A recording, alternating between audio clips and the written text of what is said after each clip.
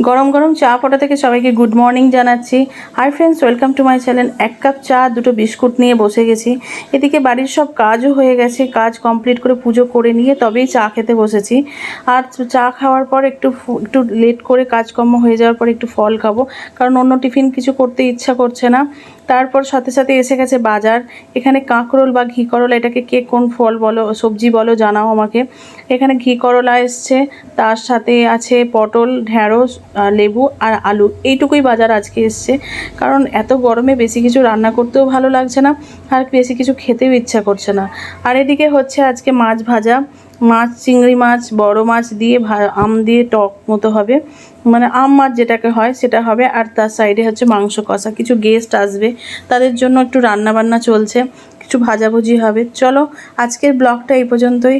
দেখতেই পাচ্ছ সব রান্নাগুলো কমপ্লিট করছি। তো আজকে এই ছোট্ট ব্লগটা যদি ভালো লাগে